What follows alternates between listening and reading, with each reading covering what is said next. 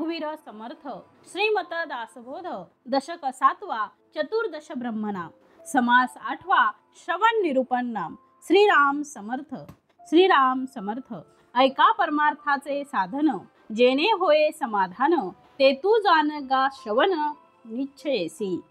श्री समर्थांनी दशक 7वा ज्याचं नाव आहे चतुर्दश ब्रह्मनाम आणि समास 8 यामध्ये आम्हाला साधन कोणतं करावं या संबंधी समर्थांनी मार्गदर्शन केलेलं आहे, ते आम्ही आज श्रवण करणार आहोत। श्री समर्थांनी या समासामध्ये साधनाचं महत्त्व सांगितलेलं आहे। साधन कशाला म्हणावं आणि ते साधन नेमकं कसं असावं, कोणतं असावं ते या ठिकाणी समर्थ सांगतात आहे। श्री समर्थांनी भक्तीचा जो पहिला प्रकार आहे, ज्या भक्तीच्या प्रकाराला आम्ही श्रवण भक्ती म्हणतो, नविदा भक्तीमध्येच आहे ते म्हणजे नविदा भक्ती, ज्या नविदा भक्ती समर्थांनी सांगितलेल्या आहे त्यामध्ये सर्वप्रथम जी पहिली भक्ती आहे तिचं नाव आहे श्रवण भक्ती। श्रवणम कीर्तनम विष्णू स्मरणम अर्चनम वंदनम दास्यम सख्यम आत्मनिवेदनम अशा प्रकारच्या ज्या 9 भक्ती आहेत त्यापैकी पहिली भक्ती श्रवण भक्ती समर्थांनी सांगितलेली आहे। आणि ज्या श्रवण भक्तीचं वर्णन समर्थांनी आता 8व्या आणि 9व्या समासामध्ये श्रवणाचं वर्णन केलेलं आहे, त्याचं महात्म्य सांगितलेलं आहे। म्हणून हे श्रवण आमच्याकडनं घडलं पाहिजे आणि समर्थांनी श्रवणाला खूप महत्त्व दिलेलं आहे। ते श्रवण कोणतं आहे ते आता आपण श्रवण करूया। ऐका परमार्थाचे साधन जेणे होय समाधान ते तू जानगा श्रवण निश्चयसी। अनेकदा आम्ही म्हणतो की ज्ञानी माणसाचं ज्ञान हे अधपतित होऊन समोरच्याला ऐकायला मिळत असते आणि संतांचं ज्ञान हे ऊर्ध्वगमन होऊन ते समोरच्याला ऐकायला मिळत असतं। ज्ञानी माणसाचं ज्ञान हे बुद्धीत तयार होतं आणि ते मुखातून बाहेर पडतं आणि संतांचं जे ज्ञान आहे, जे संतांचे अनुभव आहेत ते हृदयात प्रगट होतात आणि ते मुखावाटे आपल्याला अमृताप्रमाणे मिळत असतात। म्हणून साधना करणाऱ्यांनी साधन करावं, ते कशाचं करावं तर ते श्रवणाचं साधन करावं, रोज ऐकलं पाहिजे। ज्या दिवशी आम्हाला चांगलं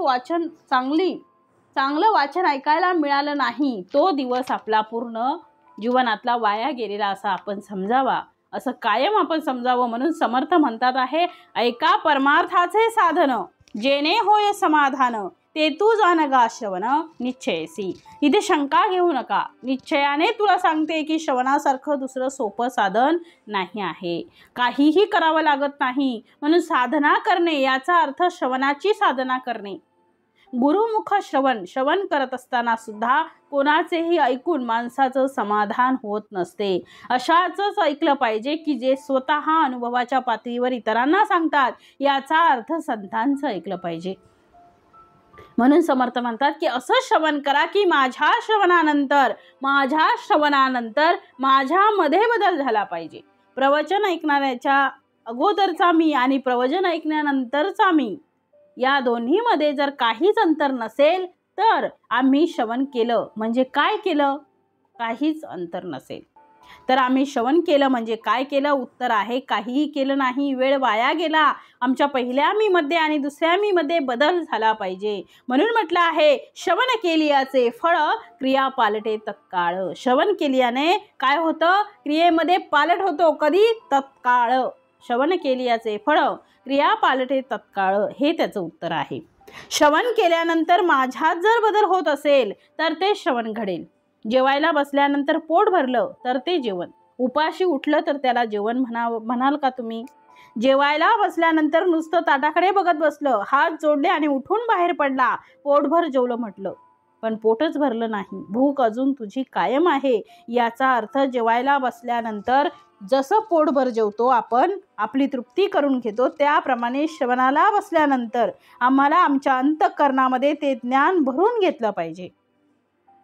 पहिल्यांदा माझ्या मनामध्ये जो संशय होता, ज्या शंका होत्या त्याचं निरसन झालं पाहिजे। म्हणून जे लोक समर्थांचं निरंतर श्रवण करतात हे निरूपण समर्थच करतात आहे। म्हणून मर्द बोलवितो विश्वंभर, ते सांगतात आहे की मी सांगणारा नाही। म्हणून समर्थ म्हणतात, तुम्ही श्रवण साधना करा, रोज ऐका आणि ऐकण्याच्या पूर्वीचा मी आणि ऐकल्यानंतरचा मी, माझ्यात बदल झाला पाहिजे। याचं नाव श्रवण भक्ती आहे. क्रियेत इष्ट तो बदल होणे, वर्तनात इष्ट तो बदल होणे, याचं नाव आहे श्रवण. म्हणून म्हटलं आहे श्रवणे आतुडे भक्ती. श्रवणाने भक्ती झाली पाहिजे. असं श्रवण झालं पाहिजे की कुठलंही श्रवण होऊ शकतं, पण यामुळे माझ्या जीवनाला काय आकार मिळतो आहे, माझं जीवन कसं घडते आहे का, तसं घडतं आहे का, त्याचा विचार आपण केला पाहिजे. मला आनंद मिळत असेल, माझ्या जीवनाला योग्य दिशा मिळत असेल, मला सन्मार्ग मिळत असेल, मला भगवंताची प्रीती वाटत असेल, भगवंताबद्दल प्रेम वाटत असेल, तर ते श्रवण माझ्या हिताचं आहे. जसं जेवत असताना पौष्टिक जेवलं पाहिजे, तसं ऐकताना सुद्धा पौष्टिक ऐकलं पाहिजे. हे देहाला सुदृढ करते. पौष्टिक अन्न आणि उत्तम पौष्टिक श्रवण हे आमच्या अंतःकरणाला आणि मनाला सुदृढ करते. बुद्धी प्रगल्भ करते, मन विशाल करते, मनाचं उन्मन करते. अशा प्रकारचं श्रवण घडलं पाहिजे. म्हणून म्हटलं आहे श्रवण केली याचे फळ, क्रिया पालटे तत्काळ. या जगात असा कोणीही नाही आहे की ज्याच्यात एकही दोष नाही, आणि या जगात असा एकही नाही, कोणीही नाही की त्याच्यात गुण नाही. म्हणजे सगळ्यांमध्ये गुणही आहेत आणि सगळ्यांमध्ये दोषही आहेत. म्हणून समर्थ म्हणतात, कमी जास्त गुणदोष जे असतात ते ज्याचे त्याला माहीत असतात. ते इतरांशी चर्चा करत बसण्याची काहीही गरज नाही आहे की माझ्यामध्ये हा दोष आहे, हा चर्चेचा विषय नाही. माझ्यात मी केलेला बदल हा कोणालाही सांगायची गरज नाही आहे. शेवटी फायदा कोणाला होणार आहे, तर फायदा हा मलाच होणार आहे. मला बँकमध्ये इतके पैसे ठेवल्यामुळे मला एवढं व्याज मिळालं, आपण काही त्याची पाठी लावत नाही, बरोबर की नाही. घरासमोर त्याचा फायदा झाला याची माहिती तिथे आपण लिहित नाही किंवा पाठी लावत नाही की मला याच्यावर एवढा फायदा झाला. तसं माझ्यामध्ये या श्रवणामुळे एवढा बदल झाला आणि मला हा आनंद भरपूर मिळाला, मला खूप आनंद झाला, मला माझा आनंद मिळाला आहे. म्हणून नित्य श्रवण ही साधना आहे. म्हणून या शब्दाला श्रवण साधना म्हटलेलं आहे. हे साधन आहे अध्यात्माचं. हे श्रवण एक साधन आहे. आणि आता दोन प्रकारे आपल्याला ज्ञानप्राप्तीचं साधन आहे. एक आहे श्रवण आणि दुसरं सांगितलेलं आहे वाचन. आणि बोलणे आणि लिहिणे हे अंतःकरणामध्ये निर्माण होणाऱ्या उर्मी या इतरांना सांगण्यासाठी म्हणजे भावना व्यक्त करण्याची ही दोन माध्यमं आहेत. म्हणून आम्ही काय करावं, ग्रहण करण्यासाठी श्रवण करावं. समर्थ म्हणतात ग्रहण करण्यासाठी श्रवण करावं किंवा वाचन करावं. म्हणून समर्थांनी म्हटलं आहे, दिसा माझी काहीतरी ते लिहावे, प्रसंगे अखंडित वाचित जावे, गुणश्रेष्ठ उपास्य त्यांचे करावे, मरावे परिकीर्ती रूपे उरावे. म्हणून साधना करा, अशी साधना करा की ज्यामुळे भक्ती वाढेल. श्रवणे आतुडे भक्ती, श्रवणे आतुडे म्हणजे प्राप्त होणे. श्रवणे आतुडे भक्ती, श्रवणे उद्भवे विरक्ती, श्रवणे तुटे आसक्ती विषयाची. कुठलं श्रवण करा, कर्मणूक म्हणून करू नका, कारण अध्यात्म ही करमणूक नाही. कारण त्याही पुढे जागा आहे की आम्ही ऐकतो काय आहे, ते ऐकून आमच्यात बदल होतो आहे का, आणि त्यापुढे होतो की नाही. मी माझं आत्मपरीक्षण आणि त्यातून आत्मपरिवर्तन यांचा विचार केला पाहिजे. पहिले आत्मनिरीक्षणाची गरज आहे.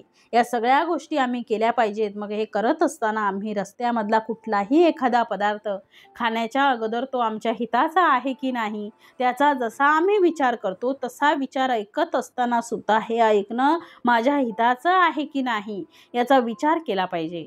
माणसाच्या मनाला चलित करेल आणि चित्त विचलित करेल अशा प्रकारचं कुठलंही साहित्य आम्ही ऐकू नये. असं श्रवण जर घडलं तर त्यामुळे फायदा होण्याच्या ऐवजी नुकसानच होण्याची शक्यता आहे. म्हणून पोरगा घरी नुसता बसला आणि तो टीव्ही बघत ऐकत बसला तर ते बसण्यापेक्षा त्याने कीर्तनात येऊन झोपला तरी त्याचा फायदा होईल. म्हणून समर्थ म्हणतात आहे, हे तुम्ही करा. श्रवणे घडे चित्त शुद्धी, श्रवणे होय दृढ बुद्धी, श्रवणे तुटे उपाधी अभिमानाची. श्रवण घडावं, त्याच्यातून मन असं प्रसन्न व्हावं. मन करारे प्रसन्न, सर्व सिद्धीचे कारण. मन प्रसन्न होईल असं कारण झालं पाहिजे. असं श्रवण घडलं पाहिजे की माझा अभिमान गळून पडला पाहिजे. अभिमान गळला तर ते ज्ञान आहे, अभिमान वाढला तर ती अविद्या आहे. म्हणून सद्विद्येचं श्रवण करावं आणि त्यातून आमची चित्तशुद्धी व्हावी, आमची बुद्धी दृढ व्हावी आणि आमच्या सगळ्या उपाध्या अहंकाराच्या जागा सगळ्या तुटून पडाव्या. म्हणून म्हटलं आहे, श्रवणे निश्चय घडे, श्रवणे ममता मोडे, श्रवणे अंतरी जडे समाधान. श्रवणाने काय काय व्हावं तर श्रवणामुळे ममता मोडे, म्हणजे या जगामध्ये असलेलं जे मायेचं बंधन आहे ते मायेचं बंधन या श्रवणाने मोडलं पाहिजे. या श्रवणाने आमचं ते मायेचं बंधन संपलं पाहिजे. कसं श्रवण घडावं, तर ज्याप्रमाणे परीक्षितांना घडलं होतं, राजा परीक्षित यांनी जी श्रवण केलं तसंच श्रवण घडलं पाहिजे. किती दिवसात मुक्ती झाली हो? मुक्ती होण्यासाठी दिवसांची सुद्धा गरज नाही. त्याला कळलं की तो 7व्या दिवशी जाणार आहे. त्यांना कळलं 7 दिवस आहेत ना, मग पुष्कर दिवस आहे, म्हणून तो सप्ताह त्यापासून सुरुवात झाला. म्हणजे त्या 7 दिवसांमध्ये आमच्यामध्ये बदल होणे. किती बदल होणे, तर तो बद्धचा मुक्त होणे, एवढा बदल झालेला आहे. परीक्षितांप्रमाणे आमच्यात बदल झाला पाहिजे. सत्संगामध्ये दांभिकपणा अजिबात चालत नाही. भगवंताला कुठल्या गोष्टीची अलर्जी आहे, तर या प्रश्नाचं उत्तर आहे दांभिकतेची. दंभ चालत नाही. पाप्याचा उद्धार होईल. पापी त्याची पावन होती. पापी सुद्धा सन्मार्गाला लागून पावन होतात. पण जे खोटेपणाने वागतात, जे स्वतःला फसवतात, जे इतरांना फसवतात आणि इतरांना फसवता फसवता देवाला सुद्धा फसवतात. भगवंत म्हणतो, मला काय फसवतो? जगात कोणी कोणाला फसवत नसतो. जेव्हा आपण इतरांना फसवतो तेव्हा आपण स्वतःला फसवत असतो. आपण इतरांना फसवत नाही, तर ते स्वतःलाच फसवत असतो. म्हणून या सन्मार्गामध्ये, आध्यात्मिक मार्गामध्ये आपण आपल्यासाठी केलं पाहिजे. आपल्या उद्धारासाठी ते श्रवण केलं पाहिजे. आपल्या उद्धारासाठी आपण श्रवण केलं पाहिजे. ते सांगणारा असेल त्याचाही दंभाचार भगवंत सहन करत नाही आणि ऐकणाऱ्याचा सुद्धा दंभाचार सहन करत नाही. कोणीही असो, कुठलाही साधन करणारा असो. श्रवणम कीर्तनम विष्णू स्मरणम पादसेवनम अर्चनम वंदनम दास्यम सख्यम. विष्णू स्मरणम पादसेवनम अर्चनम वंदनम दास्यम सख्यम आत्मनिवेदनम. सगळ्या प्रकारच्या ज्या भक्तीचे जे वेगवेगळे प्रकार आहेत ते समर्थांनी सांगितलेले आहेत. तिथं कुठलंही साधन जरी घेतलं असेल, कुठलंही साधन जरी घेतलं असेल तरी कुठलंही साधन हे दंभयुक्त जर करत असाल तर ते केराच्या टोपल्यातच जाते. काहीही त्याचा उपयोग होत नाही. उलट त्यातून जास्त नुकसान होते. म्हणून माझ्या मनासाठी माझ्या चित्तशुद्धीसाठी ऐका. म्हणून समर्थ म्हणतात, श्रवणे घडे चित्तशुद्धी, श्रवणे होये दृढ बुद्धी, श्रवणे तुटे उपाधी अभिमानाची, श्रवणे निश्चय घडे, श्रवणे ममता मोडे, श्रवणे अंतरी जळे समाधान, श्रवणे आशंका फिटे, श्रवणे संशय तुटे, श्रवणे होता पालटे पूर्वगुण आपुला. पूर्वगुण बदलला पाहिजे. पाटी जर पहिल्यांदा रेखाटली असेल तर ती पहिली पाटी आम्हाला त्याच्यावर लिहिण्यासाठी पहिल्यांदा ती आम्हाला कपड्याने ती पाटी पुसावी लागेल. ते पुसणे हे सुद्धा श्रवणच आहे. माझे पहिले दोष कोणते हे मला कळले आता, आणि ही सुद्धा प्रगतीच आहे. आता ते घालवण्यासाठी काय करावं, तर आमच्यात थोडा बदल झाला. माणसाने प्रयत्न केला तर आपलं मन प्रयत्नपूर्वक 6 ते 7 वर्षांमध्ये तो आपल्यात पूर्ण बदल घडवून आणू शकतो. माझ्यात कधीच बदल होणार नाही. मनात कधी बदल होत नसतो असं समर्थ, मनामध्ये कधी बदल होणार नाही हे समर्थ मान्य नाही समर्थांना. म्हणून समर्थ म्हणतात की असं श्रवण घडावे की ज्याच्यामुळे आमची आशंका फिटली पाहिजे, शंकेचं सगळं निरसन झालं पाहिजे, कुठलीही शंका राहता कामे नये, निशंक झालं पाहिजे. म्हणून म्हटलं आहे, श्रवणे संशय तुटे, सगळे संशय तुटले पाहिजेत. श्रवणे होता पालटे पूर्वगुण आपुला.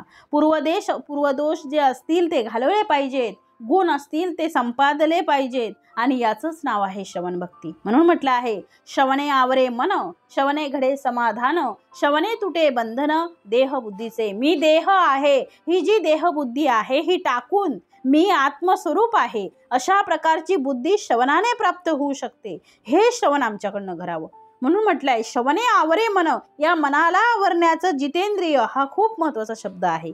ज्याने इंद्रियांना जिंकलं त्याला जितेंद्रिय असं म्हणतात. या श्रवणामुळे आम्हाला जितेंद्रिय होता आलं पाहिजे. श्रवणे मी पण जाये, श्रवणे धोका नये, श्रवणे नाना अपाये भस्म होती. श्रवण घडलं तर मी पणा गेला पाहिजे, अहंकार गेला पाहिजे. म्हणून समर्थ म्हणताय, श्रवणे मी पण जाये, श्रवणे धोका नये, श्रवणे नाना अपाये भस्म होती. अनेक प्रकारचे जे अपाय आहेत, सगळ्या प्रकारचे जे दोष आहेत ते श्रवणाने जातात. पण ते श्रवण कोणतं असलं पाहिजे, तर ते गुरुमुख श्रवण असलं पाहिजे. आम्ही गुरुच्या मुखातून श्रवण करतो आहे. याचा अर्थ मी सांगत नाही, समर्थच सांगत आहेत आणि तुम्ही तेच ऐकत आहात. मधलं फक्त मी माध्यम वापरलेलं आहे समर्थाने. जसं गोमुखातून पडलेलं पाणी हे मुळामध्ये ते मुळातलं पाणी नाही आहे, त्या तिथून कुठून तरी ते आलेलं आहे. दिसताना आम्हाला ते गुरुमुखातून दिसते आहे. समर्थांचा दासबोध आमच्या समोर आहे, त्या दासबोधामध्येच ते आहेत आणि स्वतः ते बोलतात आहे आणि ते सांगतात आहे. समर्थ, करू नका खटपट, पहा माझा ग्रंथ नीट, सायोज्यतेची वाट कौशेल की. आत्माराम दासबोध, माझे स्वरूप स्वतः सिद्ध, असता करू नको खेद भक्तजनी. तुम्ही ऐका आणि ऐकत राहा. हे ऐकत राहिलं तर आपलं जीवन उद्धरून जाईल, यात काही एक शंका नाही, असं समर्थांनी सुद्धा वचनपूर्वक सांगितलेलं आहे. जो मनापासून श्रवण करेल तो, समर्थ म्हणतात, श्रवणे होय कार्यसिद्धी, श्रवणे लागे समाधी, श्रवणे घडे सर्व सिद्धी समाधानासी. म्हणून समर्थ म्हणतात, सत्संगावरी श्रवण तेने कळे निरूपण, श्रवणे होई जे आपण तदाकार. श्रवणे प्रबोध वाढे, श्रवणे प्रज्ञा चढे, श्रवणे विषयांचे ओढे तुटून जाती. समर्थ म्हणतात आहे, सत्संगावरी श्रवण. सत्संग जर करत राहिले, नेहमी चांगलं ऐकत राहिले, नाही कळलं तरी ऐकलं तरी काही हरकत नाही. पुन्हा ऐका. एकदा नाही कळलं तर दोनदा ऐका, दोनदा नाही कळलं तीनदा ऐका. नाही कळलं वाचून पहा, संदर्भ करा. कुठून तरी आमची जी शंका आहे ती दूर झाली पाहिजे, याचा प्रयत्न करा.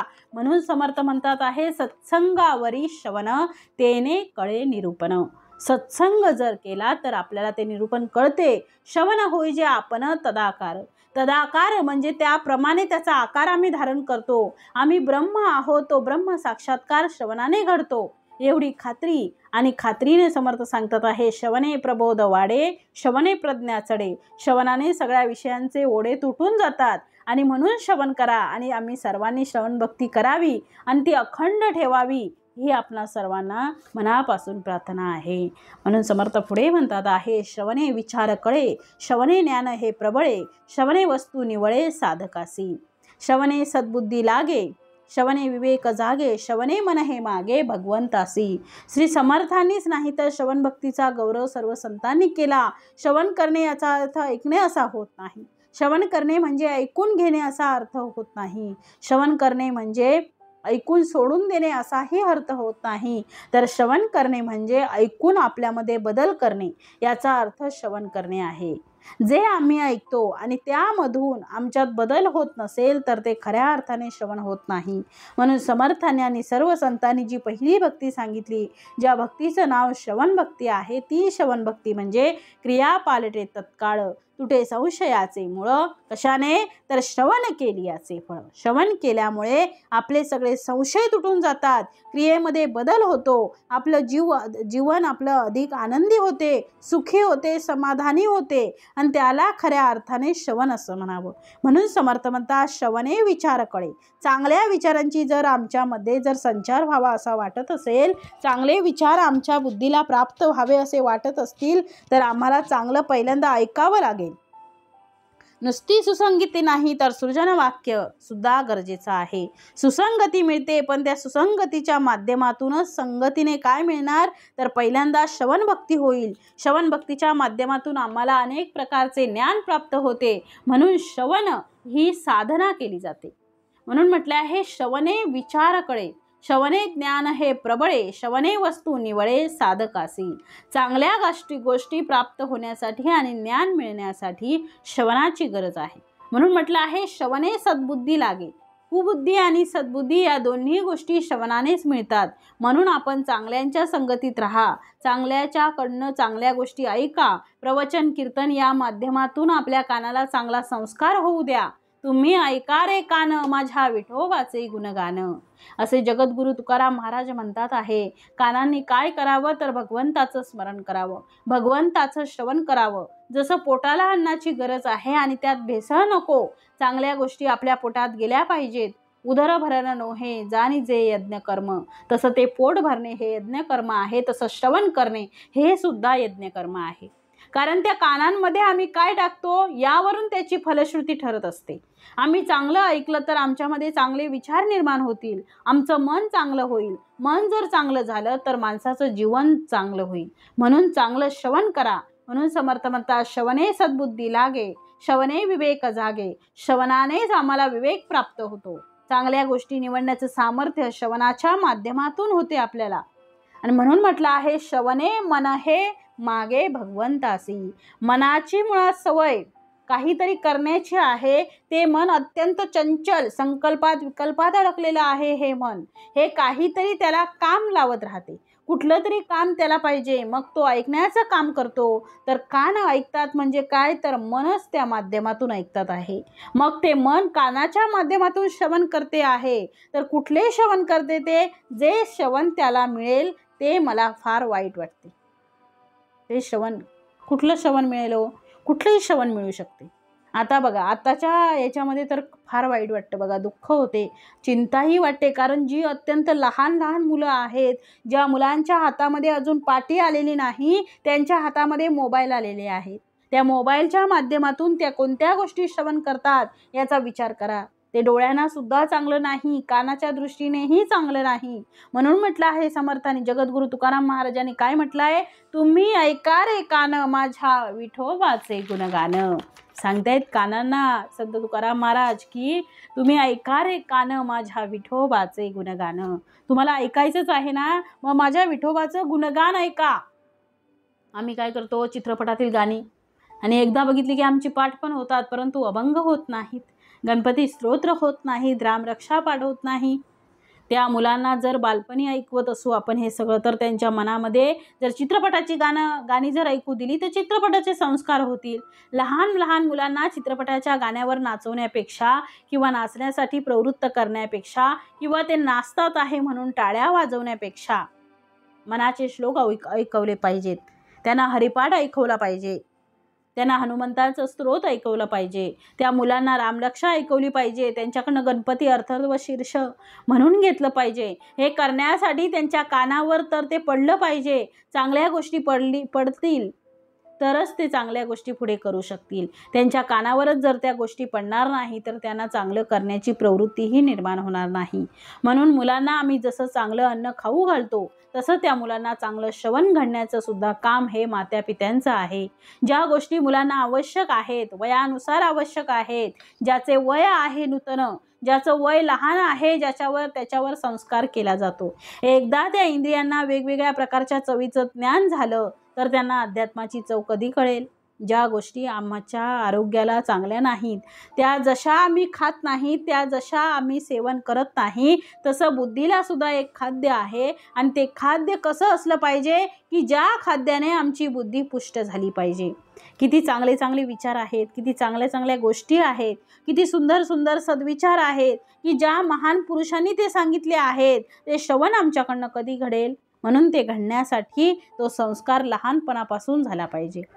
जे आजी आजोबा कीर्तनाला जातात, जे आई वडील प्रवचन कीर्तन ऐकतात, त्यांनी आवर्जून आपल्या नातवांना म्हणा किंवा मुलांना म्हणा, आपल्या बाजूला बसून ते ऐकवण्यासाठी भाग पाडलं पाहिजे, आग्रह धरला पाहिजे. जर ती मुलं तुमचं आज ऐकत नसतील तर त्यांची मुलंसुद्धा त्यांचं ऐकणार नाहीत. म्हणून त्या मुलांवर संस्कार करण्यासाठी श्रवणाची अत्यंत गरज आहे.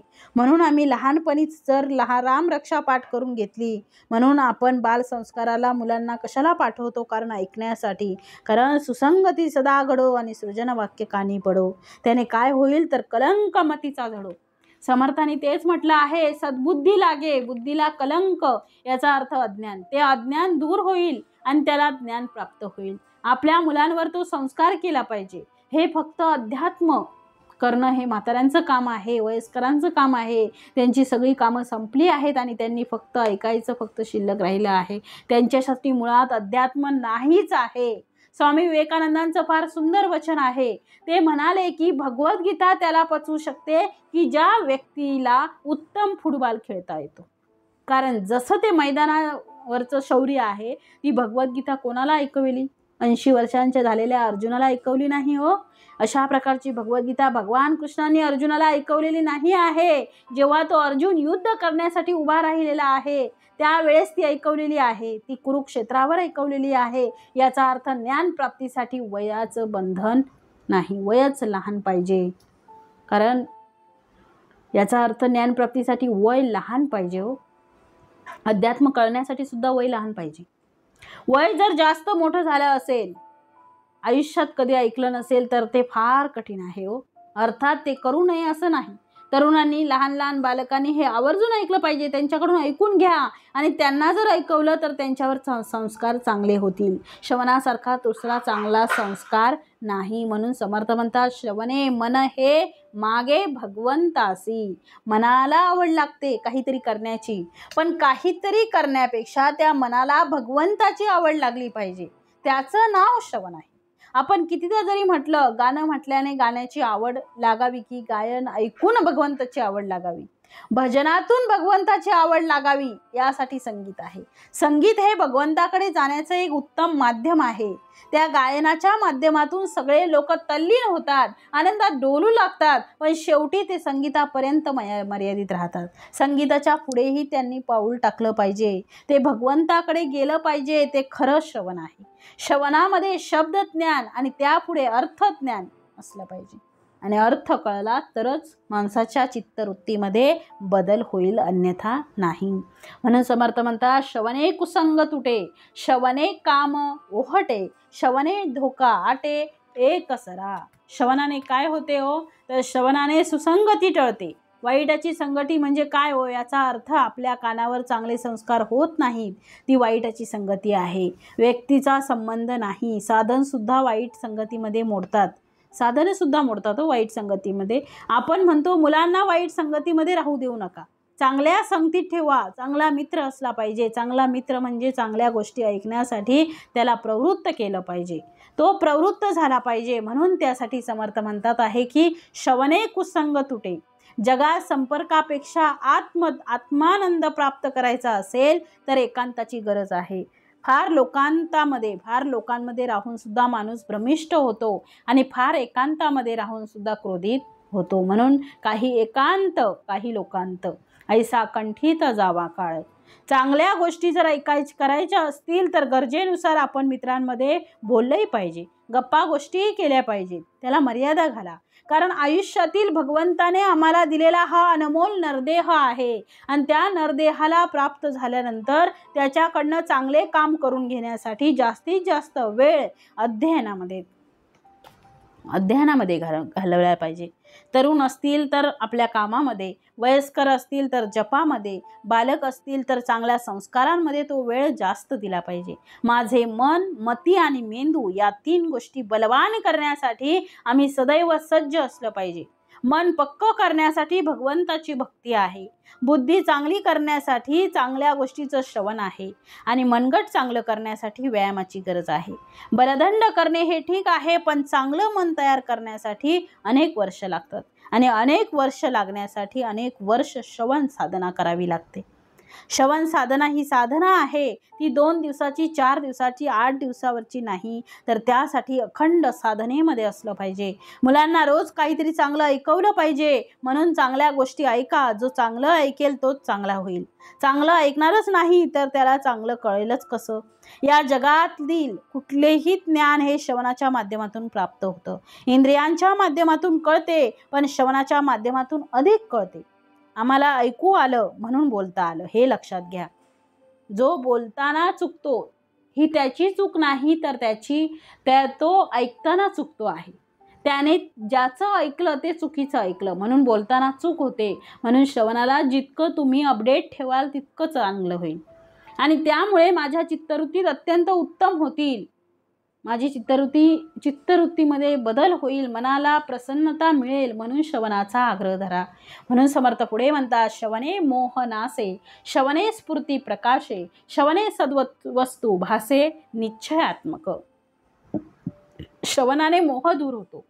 किती कथा आहे संतांच्या व आपल्याला ते ऐकायला मिळतात. त्या माध्यमातून आपला जो मोह आहे तो हळूहळू कमी होतो. पुढे स्फूर्ती प्रकाशे, आम्हाला ज्ञानही प्राप्त होते आणि सद्वस्तू आम्हाला दिसते. सद्वस्तू म्हणजे परब्रह्म.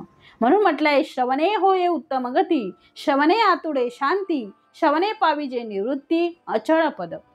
माणसाला श्रवणाने शांती प्राप्त होते. श्रवणानेच माणसाला निवृत्त म्हणजे बाजूला होता येते. श्रवणाच्या माध्यमातून आपण जे अचळ पद आहे, अढळ पद आहे ते प्राप्त होते आपल्याला. म्हणून म्हटलं आहे, श्रवणाऐसे सार नाही, श्रवणे घडे सर्व काही, भव नदीचा प्रवाही तरणो पाव श्रवण. या जगातून आम्हाला तरुण जायचं असेल तर काय करावं? याचं उत्तर आहे, श्रवणाचा उपाय करावा. भव तरणो पाव तो नाही.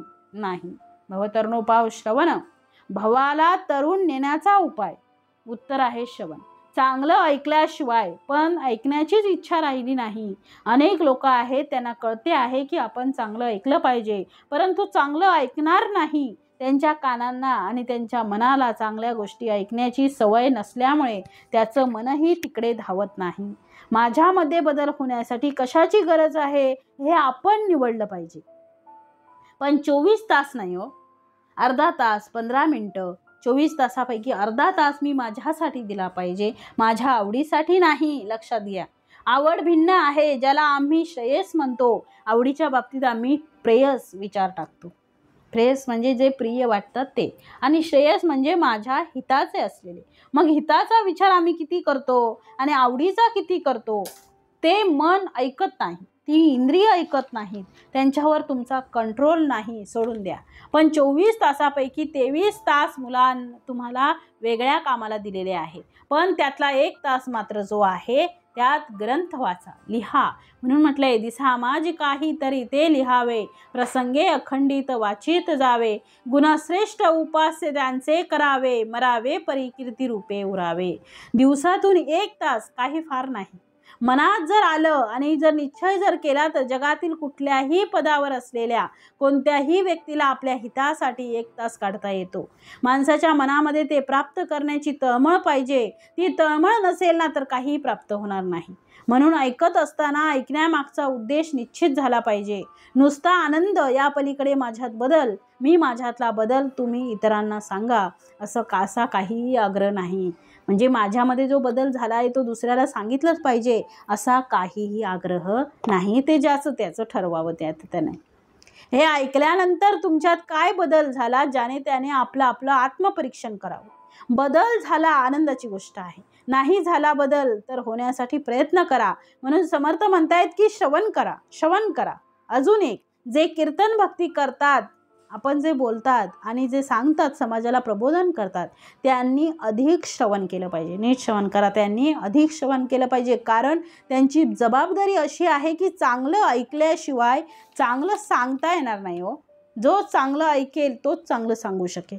म्हणून चांगलं सांगायचं असेल तर चांगलं ऐकलं पाहिजे. मी नुसतं लोकांना सांगत राहिलं आणि मी कोणाचंही ऐकणार नाही, अशा प्रकारचा दुराग्रह कधीही करता कामा नये. म्हणून समर्थ म्हणतात आहे, श्रवण भक्ती करा आणि ती सगळ्यांनी करा. म्हणून म्हटलंय, श्रवण भजनाचा आरंभ, श्रवण सर्वारंभ, श्रवणे होय स्वयंभ सर्व काही. प्रवृत्ती अथवा निवृत्ती, श्रवणे विन न घडे प्राप्ती, हे तो सकळांस प्रचिती प्रत्यक्ष आहे. श्रवणाशिवाय कुठलीही प्राप्ती होणार नाही. म्हणून प्रवृत्ती असो की निवृत्ती असो, कारण व्यवहारातली गोष्ट सुद्धा आम्हाला श्रवणाशिवाय कळत नाही, तर अध्यात्म कसं कळेल? म्हणून अध्यात्मासाठी श्रवणाची गरज आहे.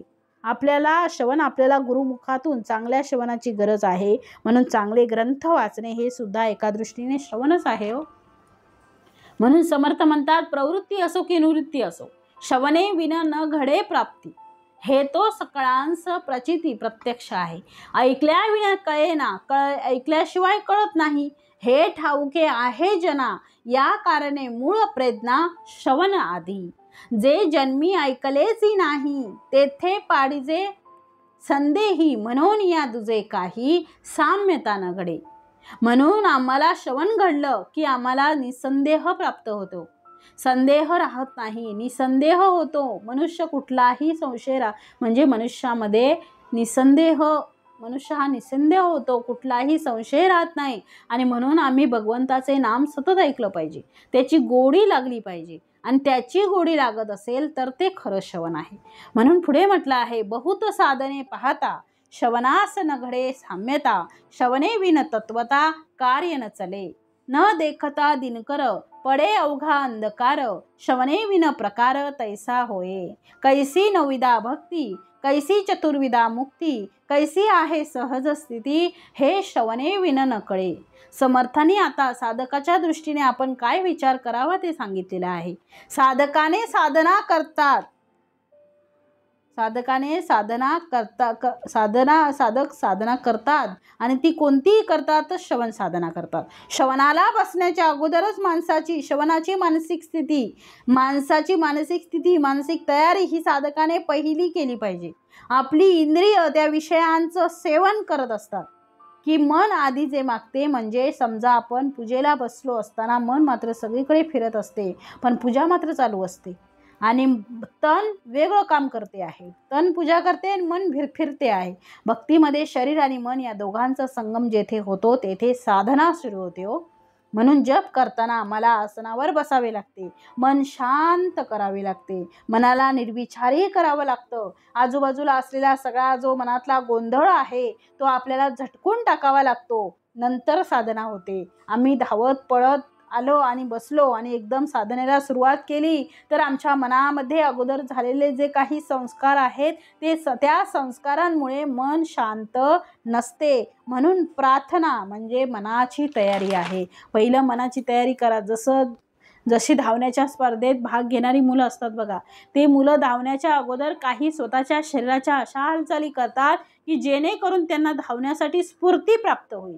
म्हणजे व्यायाम करण्याच्या अगोदर आम्ही शरीर संचलन करतो, त्याप्रमाणे मन सुद्धा श्रवण करण्याच्या अगोदर ते संचलित झालं पाहिजे, त्या ठिकाणी ते केंद्रित झालं पाहिजे. म्हणून आधीचा जो संस्कार आहे तो पुसण्याचा आपण प्रयत्न केला पाहिजे. म्हणजे श्रवण व्यवस्थित घडते, अवधान व्यवस्थित टिकून राहते. ज्याप्रमाणे न देखता दिनकर पडे अवघा अंधकार, श्रवणे विन प्रकार तैसा होय. श्रवण जर घडलं नाही तर सूर्य नसताना ज्याप्रमाणे सर्वत्र अंधार होतो, त्याप्रमाणे श्रवण जर घडलं नाही तर आपल्या ज्ञानाच्या दृष्टीने कुठलीही आपली प्रगती होत नाही. पुन्हा मनुष्य त्या पदावर येऊन थांबतो, पुढे जातच नाही. 2 पावलं पुढे टाकतो, 2 पावलं मागे टाकतो, अशी अवस्था माणसाची होते. म्हणून श्रवण करताना आपण ते ग्रहण करण्याची गरज आहे. त्या मनाला तिथे केंद्रित केलं, मनाला त्याची गोडी लागली की त्याचा वेगळा आनंद असतो. म्हणून समर्थ आपल्याला श्रवणाने कुठली कुठली गोष्ट प्राप्त होऊ शकते याची यादी समर्थ देतात आहे. समर्थ म्हणतात आहे, कैसी नविधा भक्ती, कैसी चतुर्विधा मुक्ती, कैसी आहे सहज स्थिती, हे श्रवणे विन न कळे. श्रवणाशिवाय आपल्याला कळणार नाही.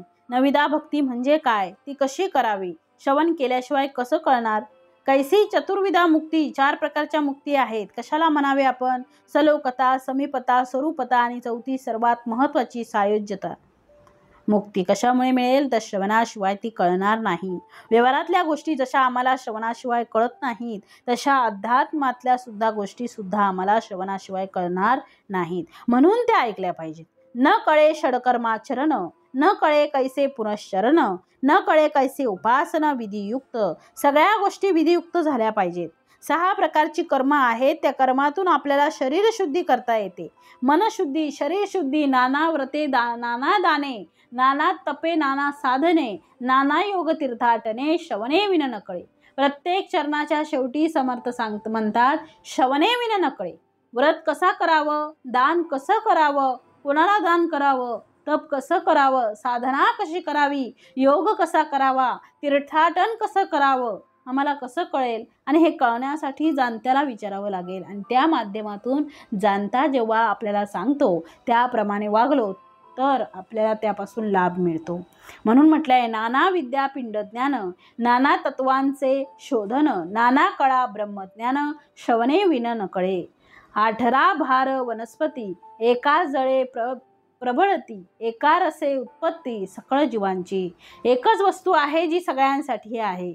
सकळ जीवांसी एक पृथ्वी. सगळे जीव असतील म्हणजे मुंगी असेल किंवा हत्ती असेल, तो मनुष्य असेल किंवा अजून कुठलाही प्राणी असेल, कुठल्याही प्रकारचा जीव असेल, त्याला पृथ्वी एकच आहे. म्हणून म्हटलंय, सकळ जीवा एक रवी, सगळ्या जीवांसाठी एकच सूर्य आहे. सकळ जीवा वर्तवी एक वायो. सगळ्यांसाठी वायू एक आहे, म्हणजे सगळ्यांसाठी पृथ्वी एक आहे, सगळ्यांसाठी रवी एकच आहे, सगळ्यांसाठी वाराही एकच आहे. त्याप्रमाणे समर्थ म्हणतात सकळ जीवा एक पैस, म्हणजे सगळ्यांसाठी सकळ जीवा एक पैस. पैस म्हणजे आकाश. सगळ्या जीवांसाठी एकच आकाश आहे.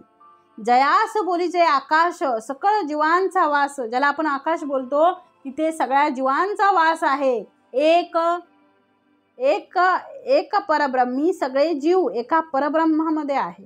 सगळ्या जीवांचं आश्रयस्थान एक परब्रह्म आहे. तैसे म्हणून म्हटलंय तैसे सकळ जीवांस मिळवणं सार एकची साधन तेने हे जाण श्रवण प्राणी मात्रांसी. म्हणून म्हटलंय समर्थाने हे सगळं आहे. या सगळ्यांमध्ये पृथ्वी वायू आकाश सगळं एकच आहे. परब्रह्म या सगळ्यांचा हा परब्रह्म आहे. म्हणून समर्थ म्हणतात जय जयाजी गणनाथा तू विद्या वैभवे समर्था अध्यात्म विद्येच्या परमार्था मज बोलवावे. म्हणजे समर्थ म्हणतायत की आपल्याला आज समर्थ भक्तियोग सांगतात आहे. भक्तियोगामध्ये नवविद्या प्रकार सांगितलेले आहेत. नवविधा भक्ती सांगितलेली आहे. त्यातील पहिली भक्ती श्रवण भक्ती मानली जाते, कारण श्रवण भक्तीतूनच बाकी सगळ्या भक्तींचा उदय झालेला आहे असा विचार आहे. आणि असाही एक विचार आहे की प्रत्येक भक्ती ही स्वयंपूर्ण आहे हो. त्यामुळे ती भक्ती केल्यानंतर ती भक्ती माणसाला मोक्षापर्यंत नेऊन पोचवते. म्हणून श्रीमद दासबोधामध्ये समर्थ 4थ्या दशकामध्ये नवविधा भक्ती नामामध्ये समर्थांनी भक्तीचे 9 प्रकार दाखवलेले आहेत. पहिला प्रकार श्रवण भक्ती आहे, जो आपण आता श्रवण भक्ती बघतो आहे. या समासामध्ये श्रवण साधना. खरं तर बाळ जन्माला येते आणि जन्माला आल्यानंतर सगळ्यात आधी त्याच्याकडून श्रवण घडतं, कारण श्रवणाशिवाय आपण बोलू शकत नाही. ज्यावेळी ऐकतो त्यावेळीच आपण बोलणार ना, आणि श्रवणातून तो बोलायला शिकतो. जे लहान बाळ असतं ते पहिलं श्रवण करतं. श्रवणातून त्याला जगाचे ज्ञान होते. त्याच अर्थी मनुष्य हा सर्वात आधी तो बालकच असतो.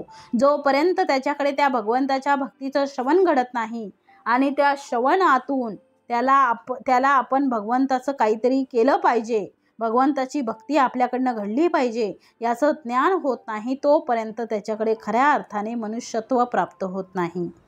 तोपर्यंत खऱ्या अर्थाने त्या मनुष्याचं सार्थक होत नाही. म्हणून समर्थांनी याच्यामध्ये श्रवण घडण्याआधी, म्हणून म्हटलं आहे हे श्रवण घडण्याआधी किंवा ही भक्ती घडण्याआधी किंवा ही साधना घडण्याआधी, या जन्मामध्ये येऊन प्रत्येक कार्य करण्याआधी किंवा या जन्माचं सार्थक होण्याआधी काय घडलं पाहिजे? जय जयाजी गणनाथा तू विद्या वैभवे समर्था अध्यात्म विद्येच्या परमार्था मज बोलवावे. म्हणजे श्री गणेशाला समर्थांनी वंदन केलेलं आहे. त्यांनी म्हटलेले समर्थांनी जो विद्या वैभवांचा समर्थ आहे त्याला मात्र मनुष्य निग्लेक्ट करतो, परंतु त्याला जर त्या ठिकाणी समजपूर्वक, जाणीवपूर्वक, विवेकपूर्वक प्रत्येक कार्याच्या आरंभी, प्रत्येक उद्दिष्टाच्या आरंभी जर स्मरण करत असेल तर अध्यात्मविद्येच्या परमार्था माझं बोलवावे.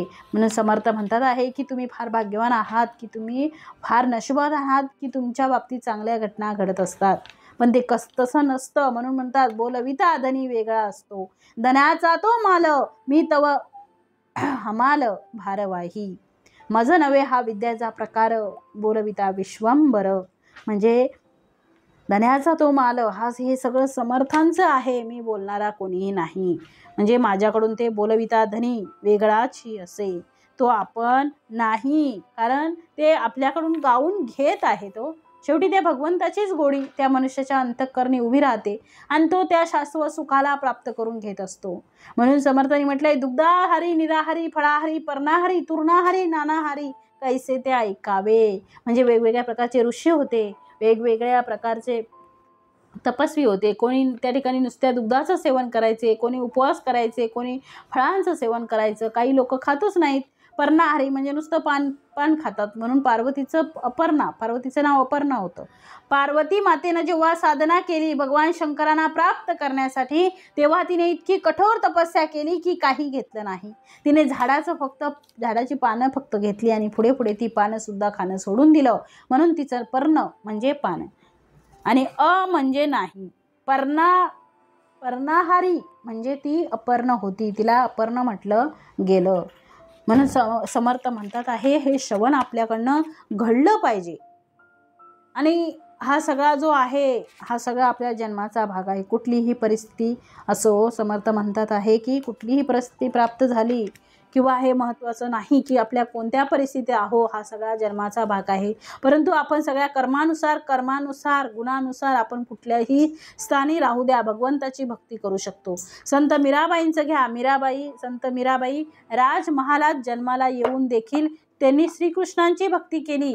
त्या भगवान कृष्णांना आपलं पती मानून राहिल्या.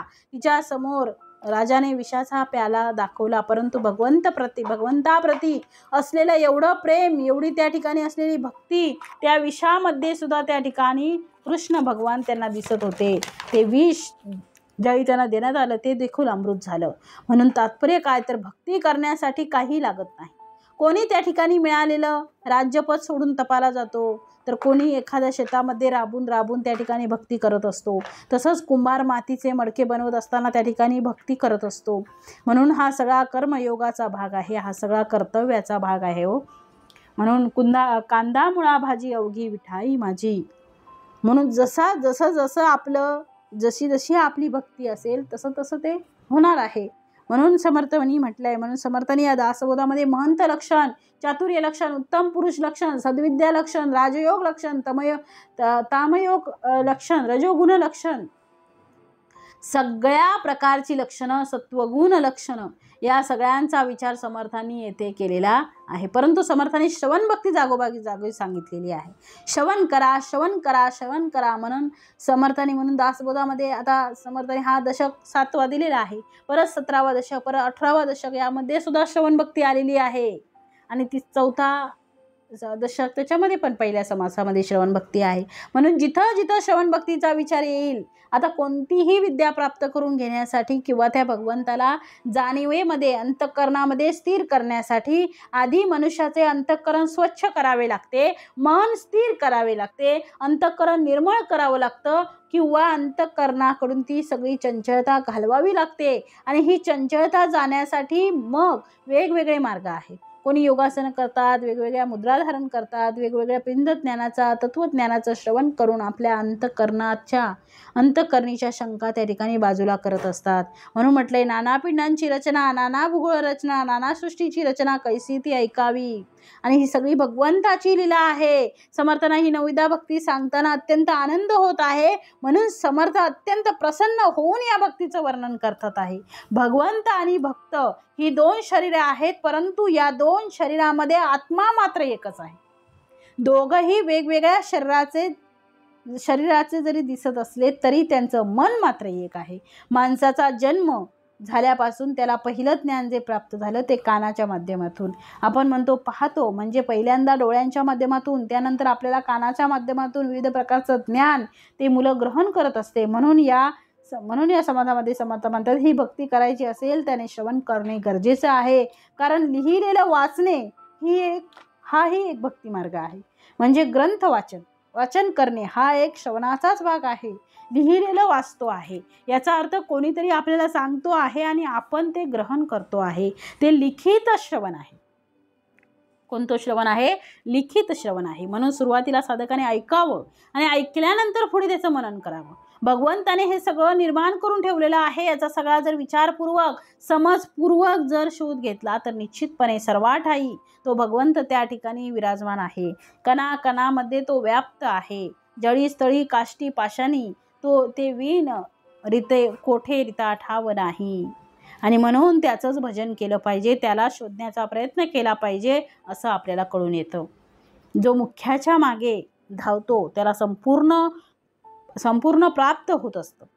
मुख्य वृक्ष ज्याला प्राप्त झाला त्या वृक्षावर असणारी सगळी सृष्टीतली सगळी फळे, सृष्टीतली सगळी फुले त्याला अनायासे प्राप्त होत असतात. म्हणून पुढे समर्थ म्हणतात, चंद्र सूर्य तारा मंडळे, ग्रह मंडळे, मेघ मंडळे, 21 स्वर्गे सप्त पाताळे कैसी ते ऐकावी. आणि मग त्यानंतर या ब्रह्मांडामध्ये संपूर्ण अफाट हा जो पसारा आहे, हा ब्रह्मांडाचा पसारा, आणि या अफाट अशा ब्रह्मांडाला देखील तो आपल्या सामर्थ्याने लीलया सांभाळत असतो. आणि साहजिकच आहे, तुमच्या आमच्या सगळ्या संसाराला, तुमच्या आमच्या वर आलेल्या संकटाला तो एका क्षणार्धात, एका चुटकीमध्ये पळवून लावत असतो. म्हणून जावे त्याच्या वंशात तेव्हा कळे.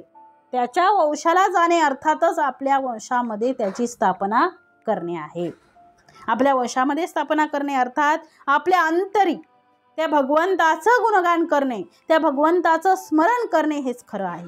म्हणून म्हटलंय ब्रह्मा विष्णू महेश स्थाने, इंद्र देव ऋषी स्थाने, वायो वरुण कुबेर स्थाने कैसी ते ऐकावी. अशा प्रकारे हा सगळा सृष्टीचा अफाट पसारा आणि त्याला सांभाळण्यासाठी या सगळ्या वेगवेगळ्या देवतांची स्थाने या ठिकाणी दाखवलेली आहेत.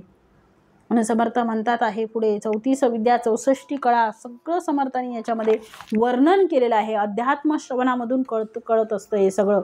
समर्थांनी किती गोष्टी ऐकायला सांगितलेल्या आहेत. साधकाला ज्या गोष्टीची गरज आहे त्या गोष्टी त्याने ऐकाव्या, परंतु त्या सगळ्या गोष्टींचं ज्ञान मात्र त्याला असलं पाहिजे.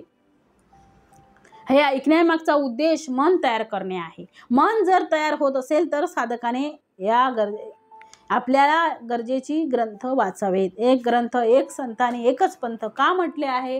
कारण सगळे संत तेच सांगतात, सगळे ग्रंथ तेच सांगतात. आकाशातं पतितं तोयम यथा गच्छति सागरम सर्व देवम नमस्कारम केशवम प्रतिगच्छति. म्हणजे सगळ्या देवांना केलेला नमस्कार हा शेवटी केशवाच्या चरणी पोचतो. आणि सगळ्या प्रकारचं तत्वज्ञान एक आहे. मग सगळं वाचत बसण्यापेक्षा आम्हाला जेवढी गरज आहे तेवढं घ्यावं, व्यवस्थित वाचावं, त्याचा अभ्यास करावा आणि त्या मार्गाने आपण पुढे जावं. माऊलींची आम्ही ज्ञानेश्वरी घेतली तर एका माऊलींच्या ग्रंथावरून जगात कुठल्याही ग्रंथ वाचायची गरज नाही. एवढी माऊलींचा ग्रंथ ते धन्य आहे. संत तुकारामांचे अभंग पहा, पंचकोटीचे आहे. तो तुकाराम महाराजांच्या अभंगाचं आम्ही नुसतं अध्ययन केलं तरी ग्रंथ वाचायची गरज नाही. कुठलाही ग्रंथ घ्या, समर्थांचा दासबोध घ्या, समर्थांचं वाङ्मय पहा. एका संतांचं घेतलं तर काही इतरांची पाहायची गरज लागत नाही. कारण सगळे संत एकच सांगतात. कारण आम्ही सगळे पाहत बसलो तर आपल्याजवळ तेवढं वेळ नाही, कारण आपलं आयुष्य त्याच्यात निघून जाईल सगळ्या दगडांवर पाय ठेवलं तर. त्याच्यामुळे एकाच ठिकाणी आपण रममान होऊन, एकाच ठिकाणी आपलं मन लीन होऊन, एकाच ठिकाणी आपण दृढ होऊन त्या भगवंताची कास धरावी. शेवटी कुठल्याही देवाला केलेला नमस्कार हा शेवटी केशवाच्या चरणी पोचणार आहे. कारण सारं आयुष्य यासाठी जर वेचलेलं आहे, सारं आयुष्य इतरांना सांगण्यासाठी आणि इतरांच्या पुढच्या पिढीसाठी सगळं करून ठेवलेलं आहे. मग सगळा विचार आम्ही इथे करावा आणि साधना करायची आहे आपल्याला. कशाची? तर समर्थ म्हणतात श्रवण साधना ही उत्तमाचीच झाली पाहिजे. कारण त्याच्यातूनच आपल्याला सगळं काही आहे. समर्थांचा दासबोध हा भक्ती योगासाठीच आहे. समर्थांचा आत्माराम हा ज्ञानी लोकांसाठीच आहे. ज्ञानेश्वरी ही भक्ती योगासाठीच ज्ञानेश्वर माऊलीने लिहिलेली आहे. जो मनुष्य समाजाचा मार्गदर्शक आहे, समाजाचा प्रतिनिधी आहे, समाजाला काही चांगल्या गोष्टी सांगू इच्छितो आहे, त्या माणसाने मात्र सगळं वाचलं पाहिजे. म्हणून तो बहुश्रुत असला पाहिजे. म्हणून या गोष्टी आपल्या आवडीनुसार ऐका, पण त्याचं सखोल ज्ञान प्राप्त करा. हे म्हणजे सगळं 14 विद्या आणि 64 कला हे सगळे भगवंताचे गुण आहेत. आणि या गुणामध्येच नुसतं अडकायचं नाही, तर सगुणाचे निसंगे काय म्हटले बघा, सगुणाचे निसंगे निर्गुण पाविजे निर्धारे. या सगळ्या सगुणाला धरून आपल्याला निर्गुणापर्यंत पोचायचं आहे. हे गुण या उक्तीप्रमाणे आम्ही हे गुण प्राप्त करावे आणि प्राप्त केलेलं गुण भगवंताला अर्पण करावे. ते भगवंताला जर आपण अर्पण केले तर तुमची ती कला असेल किंवा तुमची जी विद्या असेल ती विद्या फलद्रूप होईल आणि ती सार्थकी लागेल आणि तुमची जी कला आहे ती भगवत अर्पण होईल. गायकाने गावं, पण चित्रपटाचीच गाणी गायली पाहिजे असं नाही. गायकाने या सगळ्यांच्या मनोरंजनाबरोबर भगवंतासाठी तुमचे गायन तुम्ही झिजवलं पाहिजे. धन्य ती गायन कला. समर्थ म्हणतात ती धन्य कोणाला म्हटलं आहे? जे परमेश्वरासाठी भगवंतासाठी जे गातात आहे ते धन्य आहे. इतरांना धन्य समर्थांनी म्हटलं नाही. म्हणून आमची शेवटी कला ती कुठलीही कला असो, आम्ही पाककला उत्तम करू शकतो, उत्तम स्वयंपाक करू शकतो. काय करावं? तर पहिला नैवेद्य परमेश्वराला दाखवावा. उत्तम तेच आहे, पहिले परमेश्वराला अर्पण, मग तो प्रसाद जो नैवेद्य दाखवल्यानंतर राहतो तो आमचा प्रसाद राहतो. म्हणून आपण आपली ती कला 64 कला असतील, 14 विद्या असतील, त्या सगळ्या पहिले भगवंताला अर्पण कराव्या. त्याने 2 गोष्टी होतील, एक तर भगवंत प्रसन्न होईल आणि दुसरा आपला अहंकार वाढणार नाही. बहुतेक कसं असतं की कला आणि विद्या प्राप्त झाली की पहिल्यांदा गची बाधा होते. त्या गची बाधा याचा अर्थ मी म्हणजे कोण, माझ्यासारखा मोठा कोणी नाही. म्हणून कुठल्याही कलावंताने आणि कुठल्याही त्या साधकाने आपली कला भगवंताला अर्पण करावी. आपल्या भारतामध्ये थोर असे सनई वादक होऊन गेले, त्यांचं नाव होतं बिस्मिल्ला खान. काय अधिकार होता त्यांचा. त्यांची सनई ऐकण्यासाठी विदेशातले लोक वेडे होत होते. पण जेव्हा ते विदेशामध्ये ते गेले, त्यांनी त्या सनई वादनाचा कार्यक्रम केला आणि एका सद्गृहस्थाने त्यांना प्रश्न विचारला की आप इतने सुंदर कैसे बजा सकते हो. त्याच्यावर त्यांनी सांगितलं की मी फक्त फुंकण्याचं काम करतो आहे. जे स्वर काढण्याचं काम आहे तो भगवंत करतो आहे. याचा अर्थ ते कलावंत होते, श्रेष्ठ होते, जगप्रसिद्ध होते. त्यांनी म्हटलं असतं की मी खूप साधना केली आहे, मी खूप त्यांच्यासाठी परिश्रम घेतले आहेत, त्याच्याशिवाय ते येऊ शकत नाही. 2-4 दिवसाची ती कला नसते, आयुष्य तिला खर्च करावं लागतं. अशा प्रकारच्या 4 गोष्टी त्याने सुनावल्या असत्या. पण त्यांनी तसं केलं नाही, तसं सांगितलं नाही. ते काय म्हणाले, मी फक्त फुंकण्याचं काम करतो, त्याच्यातून माधुर्य निर्माण करण्याचं काम मात्र माझा भगवंत करतो आहे. ही कला भगवंताला अर्पण करता आली पाहिजे. जी कला आपण भगवंताला अर्पण करतो ती कला सुद्धा धन्य होते हो. कला असे मानवासी भूषण असे राष्ट्रसंत तुकडोजी महाराज आपल्याला ग्रंथात म्हणतात आहे. इतरांना जगात काही किंमत नाही, कलावंतांना जगात किंमत आहे. पण ते कलावंत त्यांच्या कलेमध्येच जास्त रमले तर ते भगवंतापर्यंत पोहोचतील कधी. म्हणून कलेच्या माध्यमातून भगवंतापर्यंत पोहोचणे हीच कला आहे, म्हणजेच भगवंताकडे जाणे आहे. 14 विद्या 64 कला, सामुद्रिक लक्षणे सकळ कळा, 32 लक्षणे, नाना कळा कैशा त्या ऐकाव्या शिकाव्या, कारण ऐकल्याशिवाय शिकता येणार नाही. म्हणून पुढे समर्थ म्हणतात, मंत्र मोहरे नोटेके सिद्धी, नाना वल्ली नाना औषधी, धातू रसायन बुद्धी, नाडीज्ञान ऐकावी. कोण्या देशे कोण रोग, कोण रोगास कोण प्रयोग, कोण्या प्रयोगास कोण योग, साधे तो ऐकावा. मग हे सगळं ऐकून मनुष्याला त्याचा रोग कसा झाला आणि दुःख कशामुळे प्राप्त झालं, आजपर्यंत कित्येक जन्माला आले आणि निघून गेले. म्हणजे जे नुसते लोभाच्या मागे लागले किंवा जे नुसते सगळं विद्या धन वैभवाच्या मागे लागले आणि त्यांनी सगळा रोग उभा करून घेतलेला आहे आणि परत सगळा प्रयोग करण्यासाठी अर्थातच पुन्हा अधोगतीला गेले ते. परंतु कोण्या प्रयोगास कोण्या योग्य, मग हे सगळं सोडायचं असेल तर कोणता प्रयोग केला पाहिजे हे सद्गुरूंनी दाखवलेलं आहे. हे सगळं अध्यात्म ग्रंथातून मनुष्याला, या श्रवण भक्तीतून मनुष्याला हे कळत असते की जन्माला येऊन काहीतरी भगवंताचं केलं पाहिजे, जन्माला येऊन निष्काम कर्मयोग केला पाहिजे, जन्माला येऊन या प्रत्येक कृतीमध्ये भगवंताला शोधलं पाहिजे आणि त्याला साक्षी ठेवून प्रत्येक कृती केली पाहिजे. म्हणून समर्थ म्हणतात, कुठल्याही क्षेत्रातला असो त्याचा विचार कर आणि ज्ञान वाढवण्यासाठी तू ऐक. तुला ऐकलंच पाहिजे. उत्तम कर्म करण्यासाठी, तुला उत्तम बुद्धी प्राप्त करून देण्यासाठी श्रवण पहिल्यांदा ऐकलं पाहिजे. ऐकलंस, जर तुझं श्रवण चांगलं असेल तरच तुझं कीर्तन चांगलं होऊ शकतं, अन्यथा होऊ शकत नाही. कारण जोपर्यंत तू ऐकत नाही उत्तमाचं, तोपर्यंत तू उत्तमाचं बोलू शकत नाही. म्हणून म्हटलंय, सकळ जीवा ऐक पैसे, जयास बोली जे आकाश, सकळ जीवांचा वास एका परब्रह्मी. सगळ्या जीवांचा एकाच आकाशात अवकाश मिळतो व सर्व जीवांचा वास एकाच परब्रह्माच्या ठिकाणी असतो. म्हणून पुढे म्हटलं आहे, तैसे सकळ जीवांस मिळवणं, सार एकची साधन, ते हे जाण श्रवण प्राणी मात्रांसी. समर्थांनी म्हटलंय, त्याचप्रमाणे सर्व जीवांना मिळून सारभूत असं जे एकच साधन आहे ते कोणतं आहे तर तैसे सकळ जीवांस मिळून, सगळ्या जीवांना मिळून जे सार आहे, सार एकची साधन, जे साराचं एक साधन आहे ते कोणतं आहे तर ते हे जाण श्रवण प्राणी मात्रांसी. म्हणजे श्रवण हेच प्राणी मात्रांचे कल्याण करणारं आहे. नाना देश भाषा मते, भूमंडळी असंख्याते, सर्वांस श्रवण आपरते, साधनची नाही. पृथ्वीच्या पाठीवर नाना दोष आहेत, नाना भाषा आहेत, असंख्य मते आहेत, पण सर्वोपयोगी असे श्रवणासारखे दुसरे साधनच नाही. श्रवणे घडे उपरती, बद्धाचे मुमुक्ष होती, मुमुक्षाचे साधक अति, नेमेसी चालती. श्रवणाने उपरती होते, बद्ध असतात ते मुमुक्ष होतात आणि मुमुक्ष असतात ते नेमनिष्ठ साधक बनतात. म्हणून पुढे म्हटलंय, साधकाचे होती सिद्ध. पुढे समर्थ म्हणतात, जे साधक असतात त्यांच्या ठिकाणी प्रबोध बांधतो, अंगी बांधतो प्रबोध, त्यांच्या ठिकाणी प्रबोध बांधतो. हे तो आहे प्रसिद्ध सकळांचे ठाऊक होय. म्हणजे निश्चयात्मक ज्ञानाची त्यांना प्राप्ती होऊन ते सिद्ध होतात आणि हे सत्य हे तर सर्व लोकांतच प्रसिद्ध आहे. ठाईंचे खळ चांडाळ, तेची होती पुण्यशीळ, ऐसा गुण तत्काळ श्रवणाचा.